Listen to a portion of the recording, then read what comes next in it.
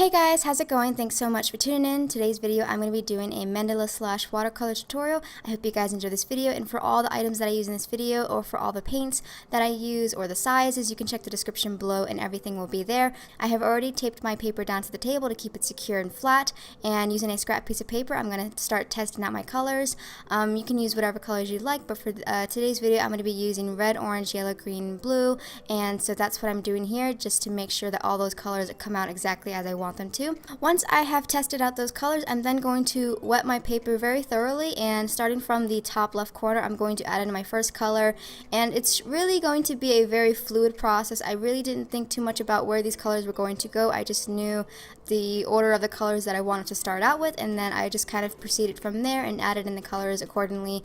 On top of that, I'm going to add in some orange, and if your paper happens to get dry in the process, definitely try to get in the habit of wetting it before you put down the paint. That way the paint will spread a lot easier versus if you were to put the paint down and then realize the paper's too dry. From there, I'm then going to continue spreading out this orange, and that's basically what I'm going to be doing to make this whole painting a lot easier. I'm going to start with one color and then work my way down, and once I have a certain amount of colors on the paper, I can then focus on saturating each color individually.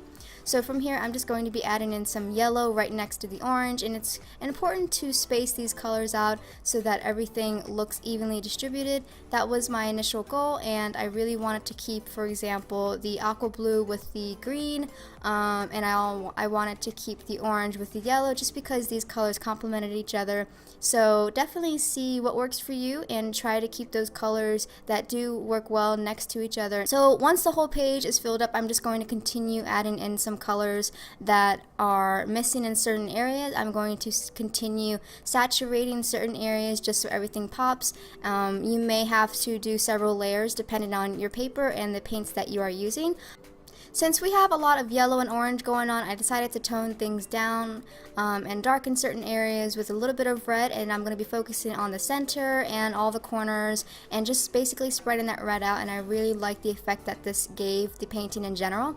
Afterwards, we're then going to wait for it to dry, and using my Prismacolor marker, I'm then going to start from the lower left corner. And if you want the dimensions or the sizes of all the lines that we're going to be drawing today, you can definitely find it in the description below, so check that out if you're interested. So I'm going to shade in this corner, and then after that I'm going to draw two lines, and inside this new gap that we have, we are going to add in some boxes. And if you really want to space out your designs and make them more defined instead of having these lines packed together like they would, for example, on a traditional mandala if you were to draw it with pencil or pens, you can definitely add a thicker line to this border that we now have. So once I'm done drawing these lines in, I'm then going to go over all those lines again just to make them thicker, and this is going to isolate the squares.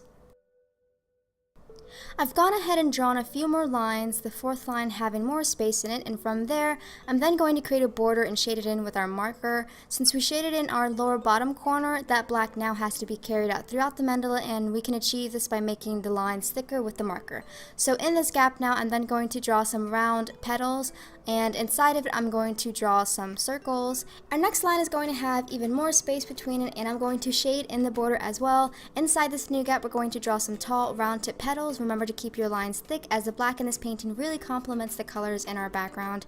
Inside these new petals I'm going to draw lines inside with dots on top of it, and on top of the border that we have, we're then going to draw some medium-sized pointy petals. If you need to, you can draw these out in pencil first, because that's what I did.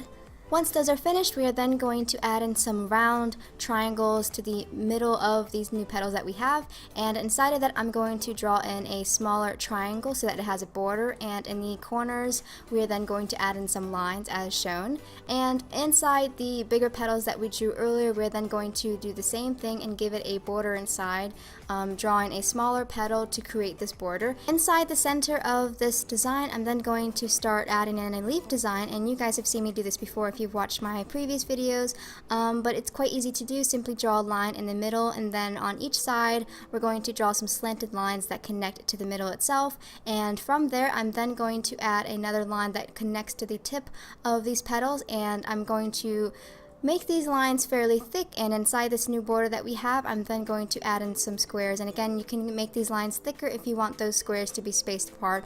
And I'm going to time lapse the remainder apart just because it did take me a while, especially when it came to thickening those lines.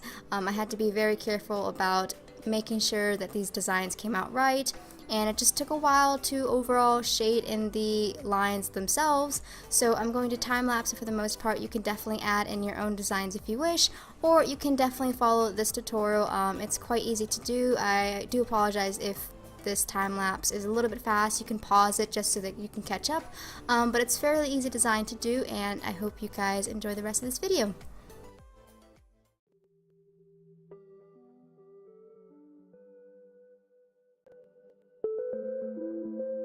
Alright, so once everything is done, I'm then going to remove the tape, and this is always the most satisfying part, is seeing those clean lines. It's very satisfying, and that completes this tutorial. What do you guys think? I hope you guys enjoyed this video. Let me know if you guys try it by tagging me on Instagram at SarahLucasArt. And I will definitely check it out, and I would love to see what colors you guys come up with. Thank you so much for watching. Thank you so much for supporting me on this channel, and I shall see you guys in the next video. Bye!